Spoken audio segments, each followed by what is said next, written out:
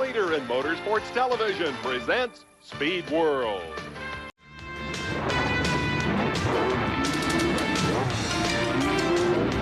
The shape of speed. Abstract, brutally beautiful. The sound of speed. Raw excitement. The men of speed. Hard, intense, and fast.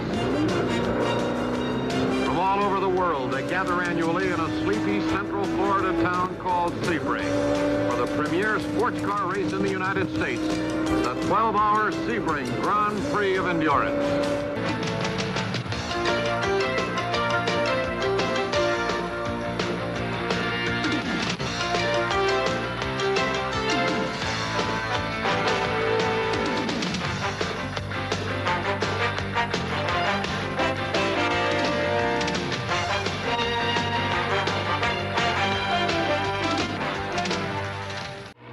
Has a flair and distinction all its own. The world's racing greats from 14 countries annually splash this quiet citrus belt town with the color and panoply of a coronation. But in this case, several crowns are to be awarded. For Sebring is many races in one, 26 class races, in fact, in 3 divisions. Prototypes, cars designed as forerunners of future racers. Ford Mark IIs, Ferrari P3s, 180-mile-an-hour Prousts. Sports prototypes. At least 50 of the same car must have been manufactured in this division. Ford GTs, Porsche 904s, Triumphs, top speeds in the middle hundreds. Grand Touring, closest to a normal street machine. MGs, Porsches, Stingrays, passenger car gone racing. To the throne is arduous and exhausting. 12 hours round and round over 5.2 miles of airport runway and blacktop. It's not easy. Very, very difficult. It's just a grind, hard grind, brakes and engine all the time. There's a lot of places where you get up to very high speeds, and then you're braking down to just 5 miles an hour virtually, and this is very, very difficult. The brakes get up 1,800 degrees in temperature. The first 2 bends past the pits are very difficult because they're the fastest corners on the circuit, and fast corners are always tricky. I think at night time it's particularly difficult to find the apex of the corner, especially with these rubber cones, because you suddenly you line up on one of them and the next lap you come around, somebody's clouded it and it's not there anymore. You can find yourself in difficulty. This course is probably the most challenging in the world, including Le Mans. I think Le Mans is easier than Sebring. The surface is so rough, the cars get taxed, the drivers get taxed a great deal more here than anywhere else in the world. It's tiring. You know, there's not an awful lot of rest here. You know, you work pretty darn hard. A lot of hard braking and all that sort of stuff. Our trackside experts, National Speed Sports News editor Chris Economaki and former U.S. road racing champ Bob Holbert. Bob's logged over 10,000 miles on this course, winning 6 class victories in 7 years, driving everything from Porsches to Shelby Cobras. Bob, what does it take to win? Well, Chris, first of all, it takes a good car and it takes a good driver. The driver has to know the capabilities of his car and himself, and he has to be able to set a 12-hour pace that he can maintain. It takes pit work and it takes teamwork. We have a team and a team manager, and most important of all, it takes good strategy planning by the team manager and the team. The team concept is much in evidence. Ford's 6-car factory team is shooting for the championship. Stock vehicle manager John Crowley determines strategy. Will you assign lap times to your men? Yes, they will have lap times. Can you tell us who your rabbits will be and who your steady boys will be? Well, I think we'll have Dan Gurney out front. He set a new qualifying record, and he's got a car with a lot of potential, and we'll have him out front. How about behind him? Who's going to be the slow one? Well, we'll probably keep A.J. Foyt and the second 4.7-liter car back and let Graham Hill go out front, too. Ferrari development engineer Mike Parks will co-drive with Bob Bondurant, the only factory Ferrari prototype entered. The V12 Ferrari P3. Parks planned the race. Well, of course, it's a very difficult problem coming here with one car only, because you can play it several ways. But our aim is to finish the race, and I shall have to play it very much by ear, depending on how the other cars running. Would you pick a lap time and try and stay with it, Mike? Well, we probably will, yes. Based on previous years, I've done a little sum, and it looks as though one ought to go at about 3 minutes 3 on every lap to win the race outright. Last year's winner, Jim Hall's automatic transmission Chaparral, is a new car this year. Coupe-bodied and heavier. All strategy. We've had a little problems during practice. We don't quite know how competitive the cars are going to be, so we're really going to have to make it up as we go. I think the 427 Fords are a little faster than we are, so we'll kind of string along with them and see what happens. Will you assign lap times to the two cars? Possibly after a couple hours running. We'll just have to see how quick the cars get. Now the teams put their planning and strategy to the ultimate test. The aspirants to the crown move with anxious ease through the last minutes. Jim Hall's defending champion Chaparral, heavier and ill-prepared compared to last year's winner, will have a tough time against the massive, impressive Ford prototype entry and the very fast, traditionally reliable Ferrari prototype. In the smaller engine cars, the Porsche Carrera 6s face formidable opposition in their first meeting with a dino-ferrari. In a moment, they'll put car, strategy, and raw courage on the line in a 12-hour run for the crown. Sebring, Florida, moments before the race for the crown. Fastest qualifiers to slowest are ready to get on with it, and so are their fans. Only seconds now as 64 drivers face their cars on tiptoe. And the sprint is on, the slowest moment of the race.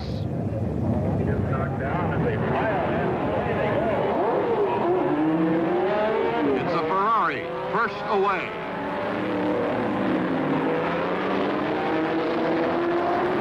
Gurney appears to be stalled. The rest of the field racing away.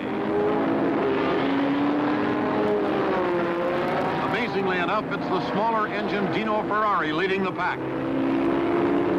And through the dangerous S's, the Dino's still in front, chased by Graham Hill's lightweight Ford GT. A frantic Gurney still trying to get started. His handicap growing every second. Now Graham Hill's more powerful Ford GT has passed the Dino Ferrari. The Rodriguez Andretti car third through Webster turn. Gurney's off, but a half lap down. He'll have to move. Minor trouble on the turn. Through the hay bale spins the White's Fisher Ford GT, but everything's okay.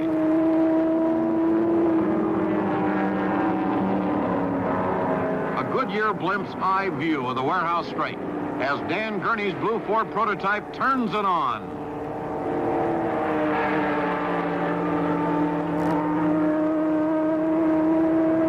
In front as they complete lap one, Graham Hill's Ford GT. Mike Parks takes second. Dan Gurney's going like a rocket.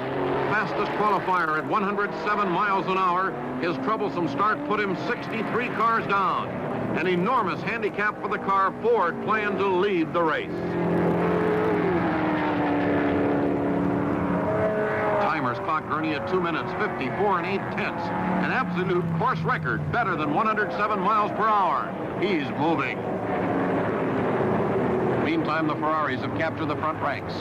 But Gurney looks like he means business. And Chris Economaki gets word on Ford's plans now. The number 2 car had difficulty in starting, Chris. They finally got it underway. I don't know whether Dan flooded it or what happened, but it's going now, and I think you'll see him come up through the pack. What does this do to your planned strategy? We'll still bring Gurney to the front, we hope. Gurney's advanced to 7th in just 15 laps. He's averaging 105 miles per hour. The trouble-plagued Chaparral team pits its number 12 car. This one was losing oil all through practice, and it looks like that's still the trouble for the defending champion. 2 quarts this time, and the race barely started. That oil-stained rear deck, mute testimony to the trouble. Joe Bonnier is back out, but their chances are not good. Parks holds a 22-second lead over Ken Miles. Miles has skillfully and quickly captured second. Gurney's been relentless. He's now third and moving. Parks' lead is steadily whittled away down to 18 seconds, and Miles is counting. Team manager Carol Shelby keeps a paternal eye on the situation. tells Ken Miles to lower his lap times and catch Parks. Gurney, too, is keeping the pressure on Parks. Slottig's Ferrari is a bit wide in the hairpin. Only damage to his ego. It's neck and neck now. Parks, Miles, Gurney close enough to cover with a blanket as they roar through the Webster.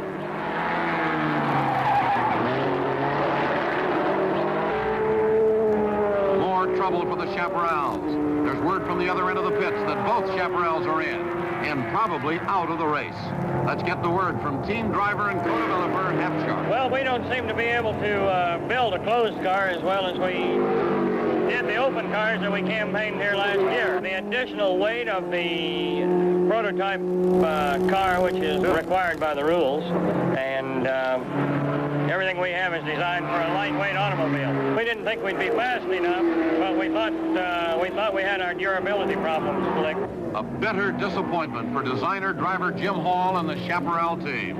Winners here last year, the Texas Roadrunners seemed restricted by the new international weight regulations. Let's get the word from Jim Hall. Jim, it must be a big disappointment for you. What knocked out the car? Well, separate things, Chris. We had engine trouble on one of them and suspension trouble on the other.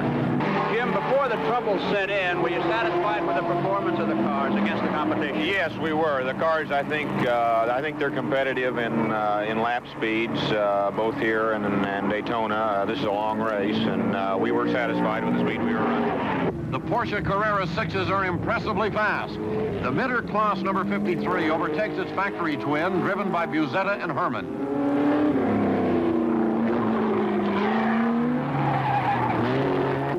And now the Rabbits in second place. Gurney has passed Miles and shoots for Parks and the lead. Second place Gurney and third place Miles are both hard on Parks' Ferrari. And doing some fun racing between themselves. Manager Carroll Shelby doesn't want any hijinks this early and tells them to separate. Parks, keeping to his pre-race plan, is still first, but losing steadily to Gurney. The Rodriguez Ferrari in fourth makes the order now. Ferrari, Ford, Ford, Ferrari. Miles pits the third-place car with co-driver Ruby awaiting the call. Obviously elated with his position, Miles indicates the car's running sweetly. The apparent strategy to keep Miles and Ruby in contention is working well now.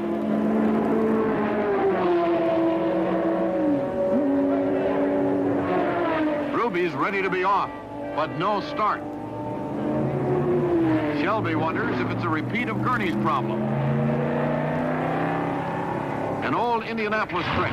Gas right into the carburetor, gets the 97-liter Ford cooking, and Ruby's off to the fray. And what a fray. Parks has surrendered first to Gurney. He's now down more than a minute, but still driving a steady 3-minute lap despite the runaway Fords. And Gurney's a runaway first at last.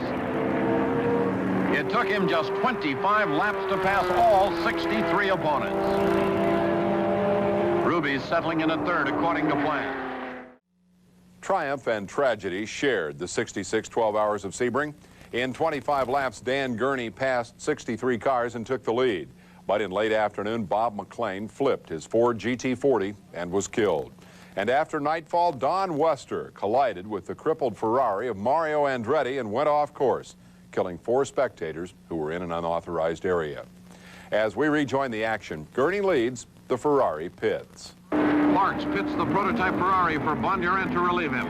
The giant 4 overhead cam V12 engine working superbly, keeping Parks well up in the standings.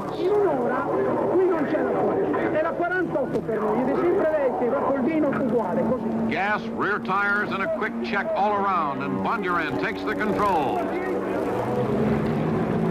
Let's hear from Parks on strategy at this point. Everything going well, Mike? Beautifully. Car going absolutely superbly, yes. No trouble at all. With the chaparrals out, did you alter your strategy any? Well, I still stick to what I said earlier. The car which will win the race will be a car which laps consistently in 3 minutes 2, 3 minutes 3, which is what we're doing. How far ahead will you allow the Fords to get? Well, up to a lap. Smoke funneling into the sky at the hairpin. Communications are knocked out for 10 minutes. When restored, the crowd learns Bob McLean of Vancouver in a Comstock Team Ford GT40 was killed when his car overturned.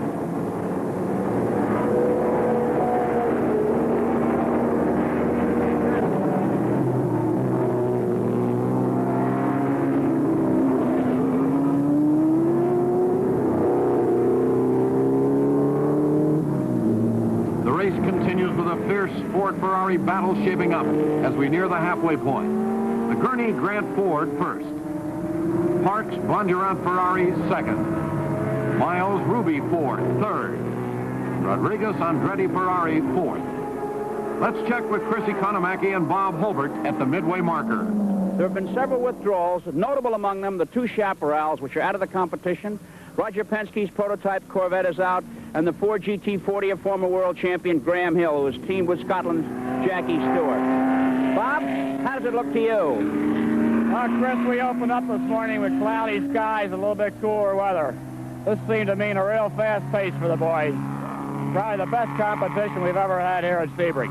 We're now at the halfway mark, and we see the giant killers starting to move up in the pack. We already have 3 Porsches in the top 10 right here. And I would think now, I think Ferrari has to start changing his strategy to keep this Ford battle going on. Those Porsche Carrera giant killers Bob Holbert talked about are led now by the Wester Patrick number 48, with the 2 factory cars right behind. That puts 3 Porsches in the top 10, ready to pounce if the big iron fails.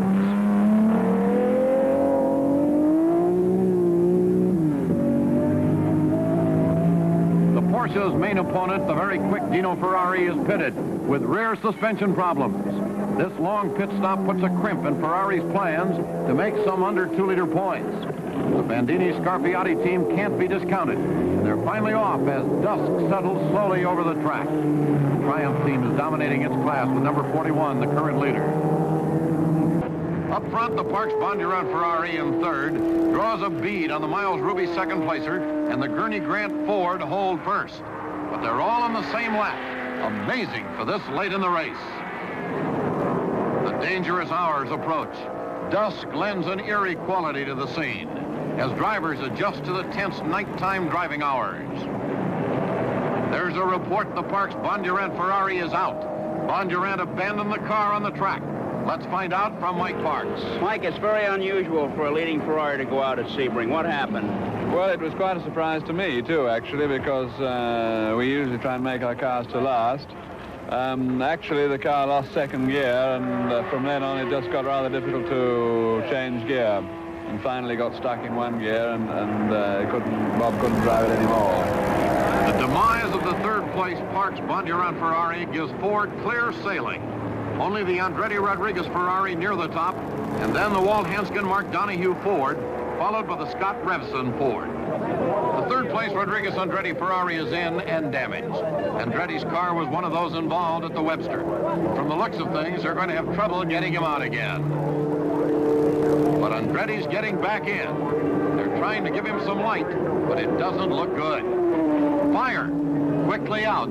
But that should do it for the only Ferrari capable of challenging the Fords. A disconsolate Pedro Rodriguez looks on. Let's get down to Chris Economaki and a word with Andretti. Another of the Ferrari cars having trouble. Mario, you brought the car in with the front end damage. What happened out there? The gearbox selector broke, and I tried to shift into third from fourth, and I went into first, locked the rear wheels, and hit I think it was a sandbank, and knocked all the lights out. In the pits, meantime, Dan Gurney and Ken Miles wait to take their cars out for the final laps. The Gurney Grant car still leading, Miles Ruby second. Here's Ruby bringing the Ford prototype in to hand over to teammate Miles. They've driven a great race following their 24-hour win at Daytona, but it looks like second at Sebring. Team manager Shelby, with his cars first and second, has a word of caution. Wants no last-minute errors.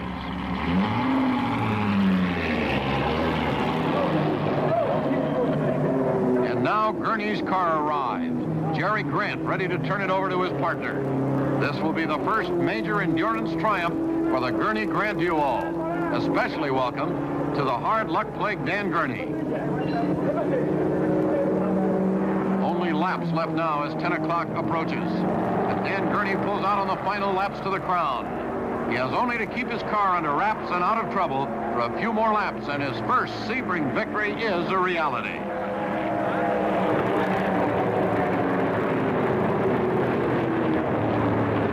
And there's the flag on the stroke of 10. Gurney should be coming by any moment to take the checker. No, he's pushing his car.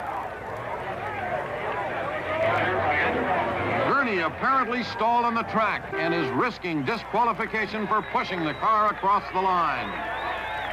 An unbelievable development at the last instant, and Gurney is robbed of victory. We don't know what happened at this point, but Miles is driving into victory lane to accept the crown, the apparent winner of this action-filled classic.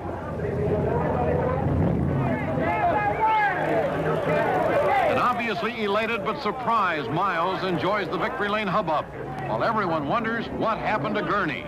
Provisional results show him second, Walt Hanskin third, Skip Scott fourth, First Sports, 4 Porsches in the top 10, Winterstein Moore Stingray First GT. Victory lane and the Gurney story after this word. Ken Miles and Lloyd Ruby, and of course the beauty queens. Ken Miles, are you as surprised as we are? I'm slightly ashamed. Well, it was a big day for Ford, wasn't it? It was a good day for Ford. I'm very happy with the Ford Motor Company. I'm very sorry indeed for Dan. He really deserved to win the race. He drove a beautiful race, and I'm sorry that something happened at the last minute. How did Lloyd go for you? This is your third big long-distance win together, isn't it? I like Lloyd. What's next for you? Le Mans. How about the strategy, Ken? Did you stay with your plan throughout the day? Yeah, we just drove it the way we thought the car should go. Did you feel that? Did you taste that P3 Ferrari much? No trouble. No trouble? No. Let me have a word with Lloyd Ruby over here. Congratulations, Lloyd. Are you as surprised as we are? We really are. I mean, I was already cleaned up and everything. I thought we had second made, and then you never know on them last laps. That's right. Well, continued good luck to you all. First sports category, the Essex Wire Ford GT, driven beautifully by Skip Scott and Doug Revson. First under 2-liter prototype, the very swift Porsche Carrera 6, driven by Joe Buzetta and Hans Hermann.